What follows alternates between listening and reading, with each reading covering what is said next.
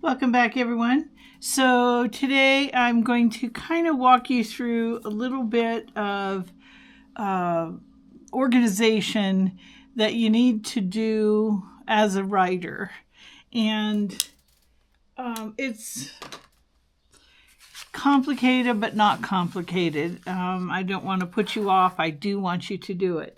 So we'll start off talking about real basic stuff. The first thing we'll look at here, let me see if I can lift this up for you. As you can see, this is a plastic bin, and I have 4 files labeled in it right at the moment. I'm restarting this over as my other filing system is in storage in another state. So I'm just restarting, which is perfectly fine. These are for novels. You can do the same thing for short stories, poetry, whatever you're writing in and what you're working on. And as I said, the first thing you notice in the file, so I've got a plastic file that's easy for me to move around. I keep a physical file on my novels, and I actually have more than one. So that is the file that I'm using for my bookkeeping and for my organization. So the first novel listed in the file, I'll pull out my little file here. This is the first file I listed. It's called The Bug Mage. And inside that file, you're going to want to keep your copyright. This is a copyright for The Bug Mage. It's going to go into the file first so that I have a track of what I'm doing. The second thing in there is going to be your invoices and your licensing agreements. So this is a typical receipt for purchasing a font. And this would go in right behind your registration. And what you're doing is you're building evidence of ownership or your right to use something. So a licensing agreement for fonts and for images that you may use in your novel. All of those need to be organized in a physical file so that you have them and you can demonstrate that ownership easily. So I have a second file that is a physical file, and I'll show you the beginning of that. In the beginning of that is a manuscript. This is a manuscript for The Bug Mage, same novel, and it is the manuscript in rough form. And this goes in a separate box, like a banker's box. And I want you to understand that I have 3 more here that I can show you. These are all the same thing. These are all manuscripts. These are all done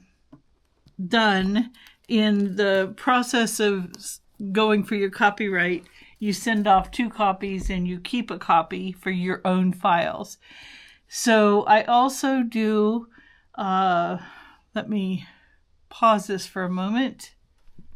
So I pulled out, so you can see what I do is I get a thumb drive and I label it. I buy these little discs you can get from your office supply store. And this one is The Bug Mage.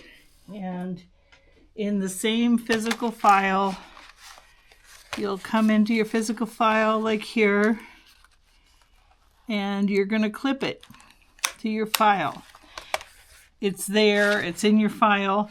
Now in the thumb drive, you're going to have the digital file of your manuscript, and you'll have, if you're doing self-publishing, also on your thumb drive, you will have your formatted file for your manuscript for the publisher. It will be on your thumb drive. You will also probably include on your thumb drive your marketing materials. If you create a trailer, if you create an ad, if you create a business card, if you create anything digital, like a bookmark, a postcard.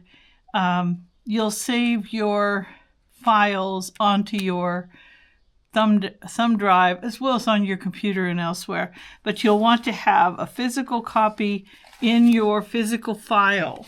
And you're doing that for a couple reasons. One of those is that you are going to die at some part of your at the end of your life. You're going to die, and your novels are going to pass to your beneficiary, and the beneficiary, you need to optimize their experience. They're not the writer, and they may have no business experience, but they're going to inherit your novels. And you will have some of those published. You'll have contracts that go with them. If this novel was currently under contract with a major publisher, which it isn't, you would have the contract in this same file. You'd have a copy of the contract. You'll want to duplicate more than one location for your business stuff. But this is the copy you're using, anticipating that at some point your beneficiary will open this single container and open this, and there's the registrations, there's the licensing, there's a copy of everything that's done, and they will have an easier time picking up your work. You also use this, it's becoming more common now for websites like Amazon to challenge people to provide proof that they have written something. Can I prove that this is my novel? Yes, I can. I can prove I have the copyright on it. Yes, I can. Can I prove that I have license to use photographs, license to use musical lyrics, license to use fonts? License for everything.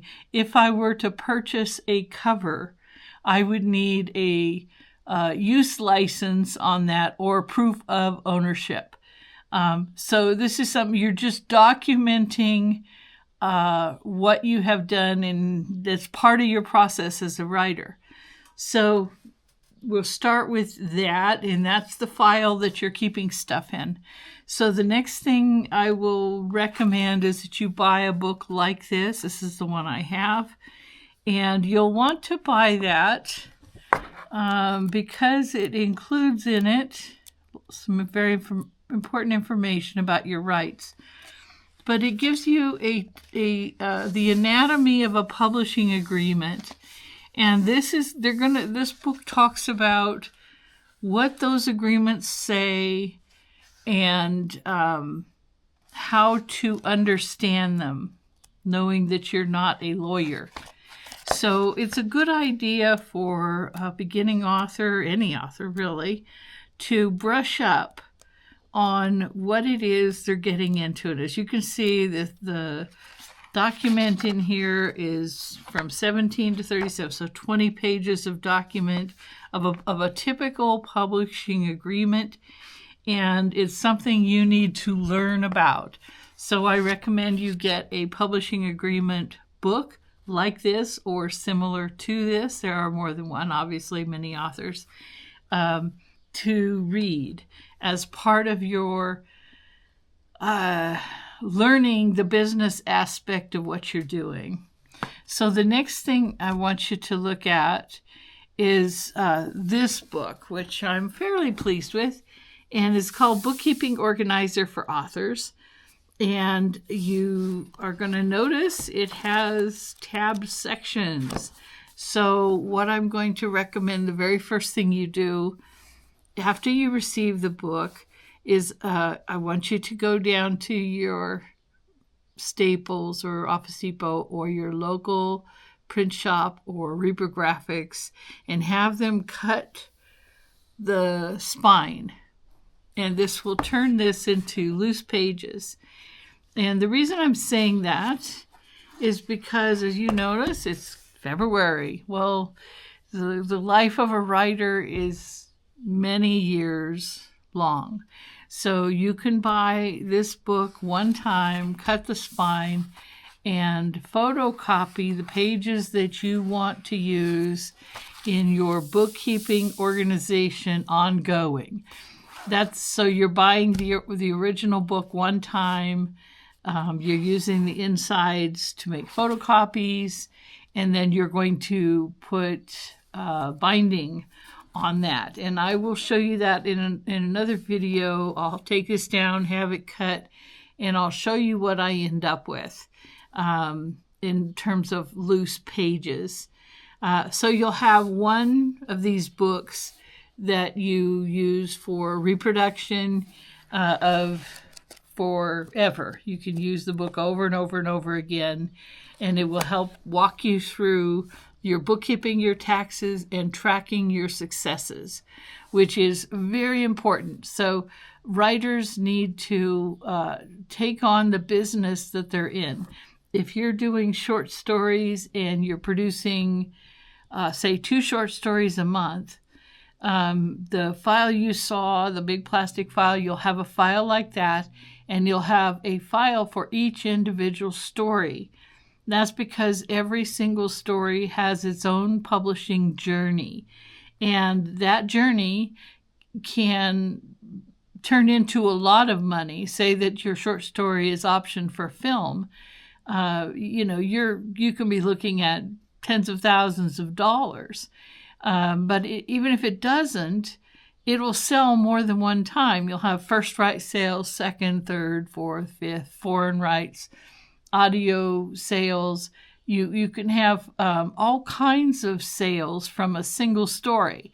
So on your, if this were a short story, then you would put a full-size page sticker, which you can buy at your you can buy that at your office supply store, and you would keep track of your recent sale of this particular story, if this was a short story, and when the rights return.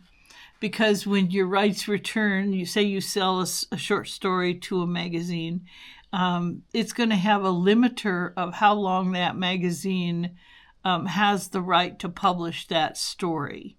They're basically renting the story for a period of time. Then that right returns to you, and you can resell rights over and over again. So if this were a short story, you would have a sheet on here that would talk about where it's sold to, the date, where it's sold to, and the date that the rights return. So when you go to your file, you can very easily look at it and say, oh, I need to get this back out in circulation and sell it again.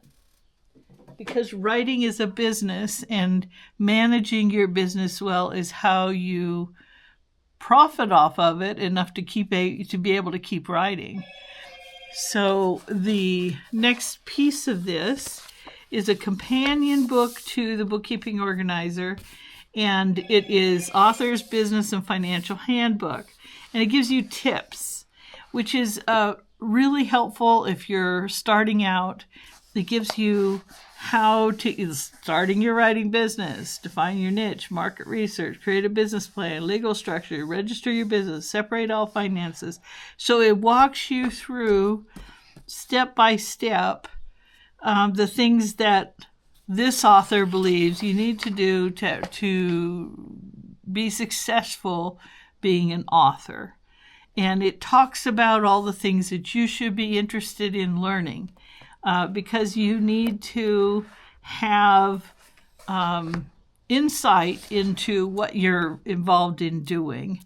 And it gives you tips on how to make choices, because we all have to make choices around what is right for our particular writing journey. What I want for my writing life is probably not going to be what you want for your writing life. We may have some things in common, but we're going to have other things that just don't match up. So you want to get a book like this, and I do recommend it. I think it has some good tips in here, and a good way for a person to get improve their insight into the business of writing. So I am going to recommend it. It is Author's Business and Financial Handbook by Ashley Guillon.